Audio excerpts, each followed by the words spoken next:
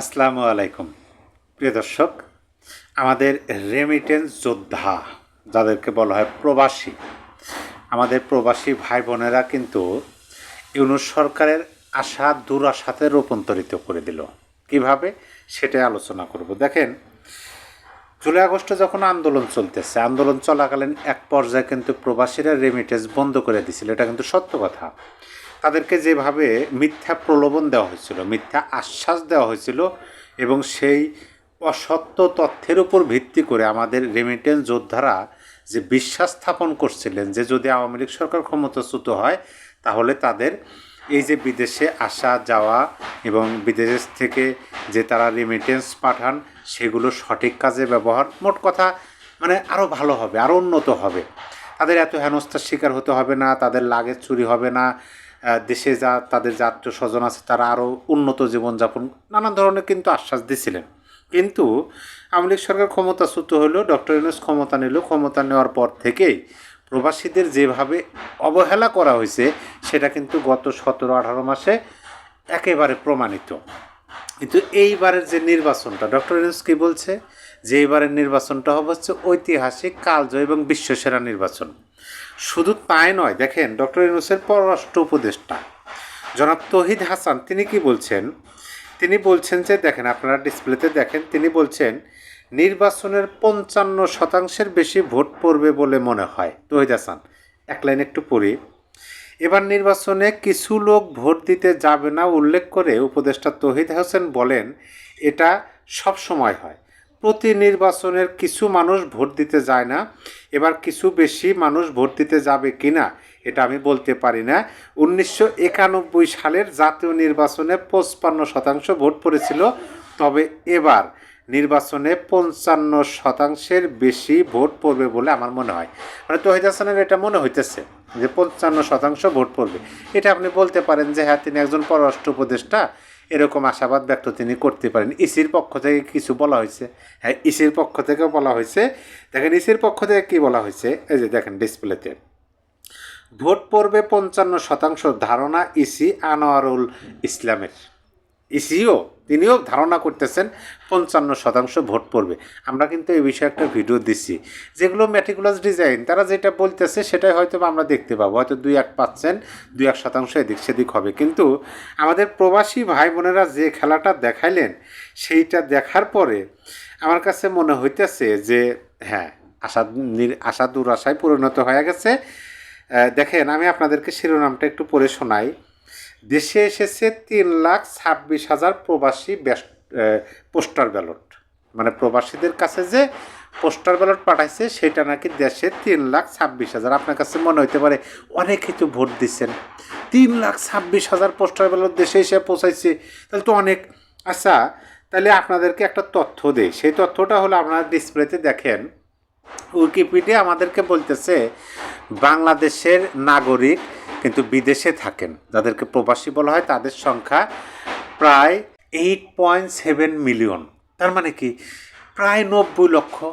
আমরা তো এটা জানি যে কোটির উপরে আছে, 1 কোটির উপরে আছে আমাদের প্রবাসী ভাইরা।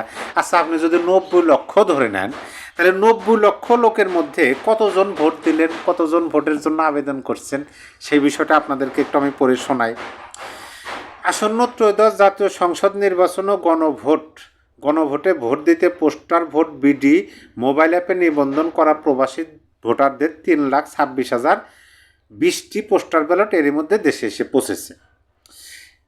আজ বুধবার প্রবাসী ভোটার নিবন্ধন বিষয়ক ACVSDI প্রকল্পের টিম লিডার সালিম আহমদ খান এ তথ্য জানান। এই কর্মকর্তা বলেন, আজ সকাল অর্থাৎ বুধবার সকাল 9টা পর্যন্ত মোবাইল অ্যাপে মাধ্যমে নিবন্ধনকারীদের মধ্যে 7,66,862টি ব্যালট প্রবাসীদের কাছে পৌঁছেছে। এর মধ্যে 5,24,859 জন প্রবাসী ভোটার তাদের ব্যালট গ্রহণ করেছেন। ভোট দিয়েছেন 4,72,410 জন। দেখেন অপর জায়গায় কি বলা আছে, ইসির তথ্য মতে, মানে ইসি নির্বাচন কমিশনের তথ্য মতে আজ সকাল 9টা পর্যন্ত দেশের অভ্যন্তরে 1,70,998 জন ভোটার তাদের ব্যালট গ্রহণ করেছেন, এটা দেশের অভ্যন্তরে। এর মধ্যে 1,31,691 জন ভোটার ভোট দিয়েছেন, 1,44,165 জন দেশের তাদের ব্যালট পোস্ট অফিস বা ডাক বাক্সে জমা দিয়েছেন। এটা হচ্ছে দেশের মধ্যে।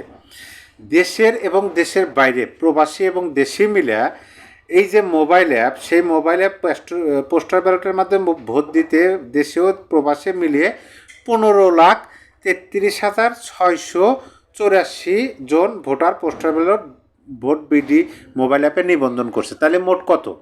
দেশের মধ্যে এবং দেশের বাইরে প্রবাসী এবং দেশি মিলে 15,33,684 জন নিবন্ধন করছিল। এখন দেখেন মজার বিষয়টা হলো যে প্রবাসীরা ভোট দিচ্ছেন কত। দেখেন প্রবাসীরা ভোট দিচ্ছেন 5,24,869 জন প্রবাসী ভোটার তাদের ব্যালট গ্রহণ করছে। প্রবাসীদের কাছে যে ব্যালট পাঠানো হয়েছে সেই ব্যালটের মধ্যে থেকে 5,24,869 জন প্রবাসী সেই ব্যালট গ্রহণ করছে, কিন্তু ভোট দিয়েছেন 4,72,410 জন।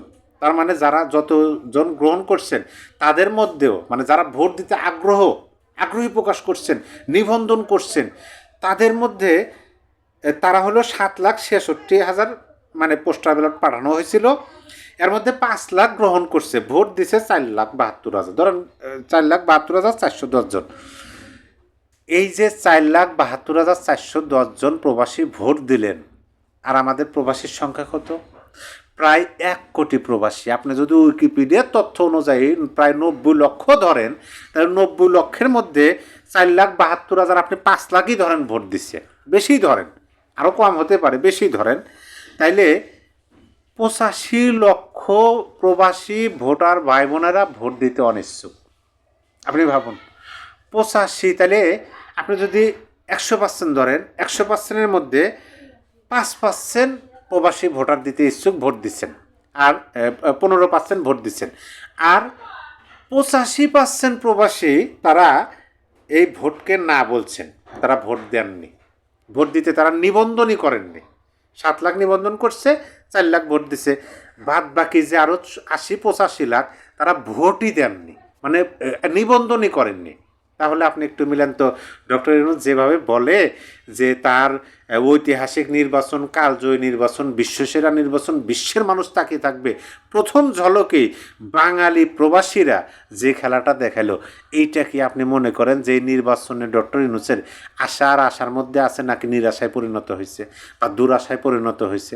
প্রিয় দর্শক, আপনার মতামত অবশ্যই কমেন্ট বক্সে জানিয়ে দিবেন। তবে আমি শেষে এই কথাটাই বলবো যে আমাদের প্রবাসী ভাই বোনেরা ইতিমধ্যেই বুঝতে পেরেছেন এবং তারা ভোট বর্জন করছেন। তারা যে খেলাটা দেখালেন, অবশ্যই প্রবাসী এই সরকার ক্ষমতায় আসার জন্য কিন্তু প্রবাসীদের অবদান অনস্বীকার্য, কেউ অস্বীকার করতে পারবে না। আবার ঠিক তেমনই এই সরকারের 18 মাসের শাসনামল দেখে প্রবাসীরা যেভাবে মুখ ফিরিয়ে নিছে, সেইটাও প্রমাণ করে যে এই সরকারের যে আশা দিয়েছিলেন, ভরসা দিয়েছিলেন, বিশ্বাস দিয়েছিলেন, অসত্য তথ্য প্রবাসীদেরকে সত্য হিসাবে তুলে ধরেছিলেন, সেটা প্রবাসীরা এখন স্পষ্টভাবে বুঝতে পারতেছেন। যার কারণে এখন 80-90% প্রবাসী তারা ব্যালট ভোটের জন্য আবেদনই করেননি। সবাই ভালো থাকবেন, আর অবশ্যই আপনাদের মূল্যবান মতামত কমেন্ট বক্সে লিখে দিবেন।